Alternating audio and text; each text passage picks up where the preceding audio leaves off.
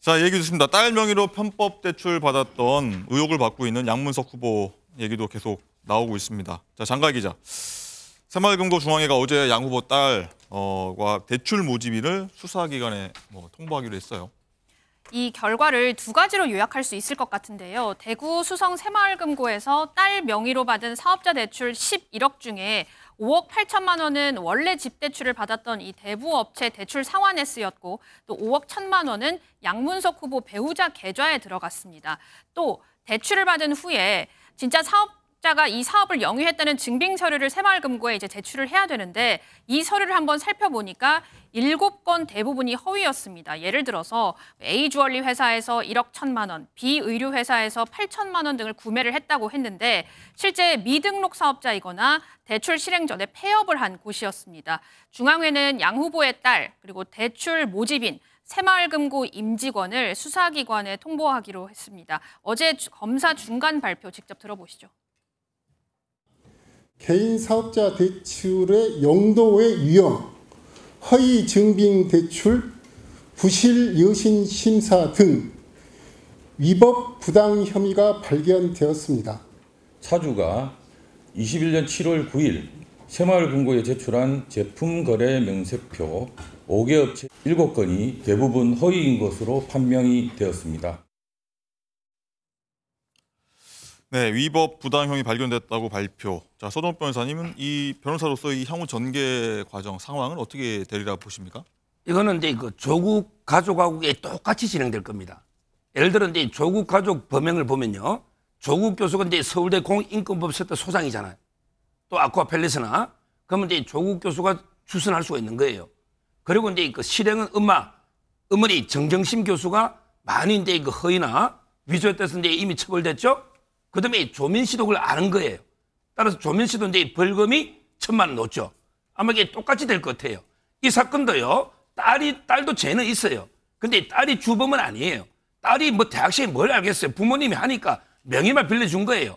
그렇지만 이게 처벌됩니다. 즉 고발은 딸이 됐거든요. 딸은 이게 뭐 벌금형이 등 처벌될 거예요. 그러면 저는 주범이 누구냐? 저는 양문석 후보로 봐요. 왜냐하면 이게 새마을금고 대구 수성까지 어떻게 알았을까? 그렇잖아요. 아마 양문석 후보가 인맥이나 뭔가 이게 여러 우리 그 2조 특위에서 신지호 위원장이 발표한 거에 하면 여러 이제 새마을금고 중앙에 누구하고 이게 연관해 아마 양문석 후보가 저는 이게 대출을 알선했을 것이다. 이렇게 보는 게 합리적이고 그다음에 양문석 후보의 부인이 있잖아요. 부인이 월급 받는 생업을 책임지는 거예요. 양문석 후보는 정치를 하잖아. 그러면 이게 부인이 이자를 냈을 것이다. 이자는 누가 내서 딸이 냈을까요? 저는 부인이 냈다 봅니다. 네. 자, 그렇다면 결국 이제 그 조국, 정경심, 조민 씨가 다 처벌됐죠? 양문석 부인, 그다음에 딸이 됐는데 셋 다 처벌되지 않을까 이렇게 보입니다. 네, 변호사로서 어떤 의견과 추측까지 한번 해주셨고요. 강성필 대변인, 일단은 민주당에서는 이거 부당한 선거 개입 아니냐. 일단 이복현 금감위원장은 책임은 내가 진다. 일단 이렇게 얘기한 상황이고 정부가 뭐 선거 영향 줄여한다. 이런 게 일단은 민주당의 입장입니다.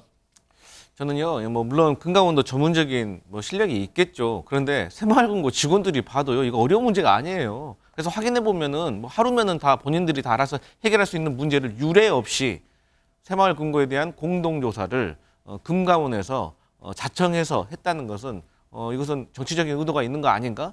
또 그 예로서 금감원이 대구 지역의 7개 관할 지역에서 300억 원대 대출 어떤 문제가 있었어요. 근데 본인의 관할권이 없다고 했어요. 금융감독원이. 그때는 없다고 해놓고서 왜 양문석 후보와 관련된 새마을금고에서는 본인들이 자진해서 하는 건지. 그러니까 이것을 이복현 금감원장도 알고 있기 때문에 대통령과 상의도 한 것이 아니다라고 말하고 있고 본인이 책임지겠다고 말한 것이 아닌가. 그래서 이것은 명백한 선거 개입으로 볼 여지가 크다라고 민주당이 해석하고 있습니다. 예.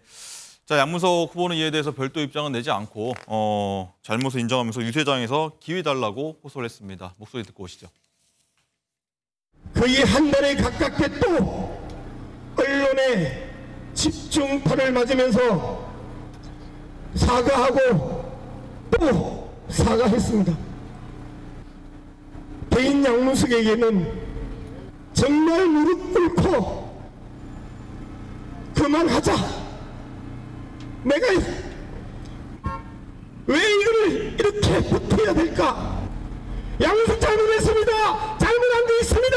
하지만 기회를 주십시오.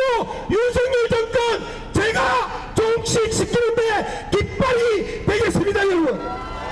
한동훈의 딸의 논문 배필 사건 여러분들 기억하고 계시죠? 양문석은 한동훈에게 경고합니다. 말장난하지 말고 니부터 깨끗하라. 네, 한동훈 위원장한테 어떤 비난의 화살을 돌리는 경고하는 모습도 한번 들으셨는데, 자 어쨌든 이렇게 민주당에서는 김준혁, 양문석, 공영훈 후보까지 별다른 어떤 의혹들에 대해서 조치는 일단은 안 하고 있는 상황인데, 김조 대변인 일단은 이래서 자칫 이런 것들이 의혹이 커지면 커질수록 사실 여부를 떠나서 계속 입방에 오르고 있지 않습니까? 화제가 되고 있고 도마에 오르고 있는데 총선 전체 판세에 좀 악재로 작용하는 거 아니냐. 또 일각에서는 선거일까지 일단 버티면 되는 거 아니냐. 이런 지적도 나오고 있는데 어떤 입장이십니까? 뭐 버티고 그런 건 아니고요. 네. 지금 뭐 수십 곳이 격전지인데 지금 뭐 수백 표, 수십 표 차이로 당락이 결정나지 않겠습니까? 매우 당도 곤혹스러운 입장이고 당도 후보자에게 사과를 권고하고 부적절한 언행이다 지적도 했습니다. 네. 공천 과정에서 저희는 뭐 과거 발언, 그다음에 성폭력 2차 가해 등 나름 철저히 선별을 했고 세종 선거구 같은 경우는 저희가 후보 취소도 하지 않지 않았습니까? 이에 반해 국민의힘은 해병대 최상병 순직 수사 외압 의혹 등 뭐 사명 공천이네 여러 가지 의혹 후보자들 유지하고 있습니다. 그래서 저희 뭐 민주당 성찰하고 반성하고 있습니다. 예. 자, 정광재 대변인 일단은 이런 민주당 논란의 인물들 일단 버틴다는 표현이 적절한지 모르겠습니다. 이렇게 되면은 국민의힘만 좀 어부지리로 되는 거 아니냐 이런 좀 전망도 있어요. 어떻게 보십니까? 뭐 그랬으면 좋겠습니다. 그래서 민주당이 계속해서 저렇게 논란이 되는 후보들 끝까지 버티다가 이번에야말로 정말 국민의 심판을 호되게 받는 결과가 나왔으면 하는 바람이고요. 네. 한동훈 위원장부터 깨끗하라라고 하는데 이거 정말 전형적인 물타기입니다. 예. 알겠습니다.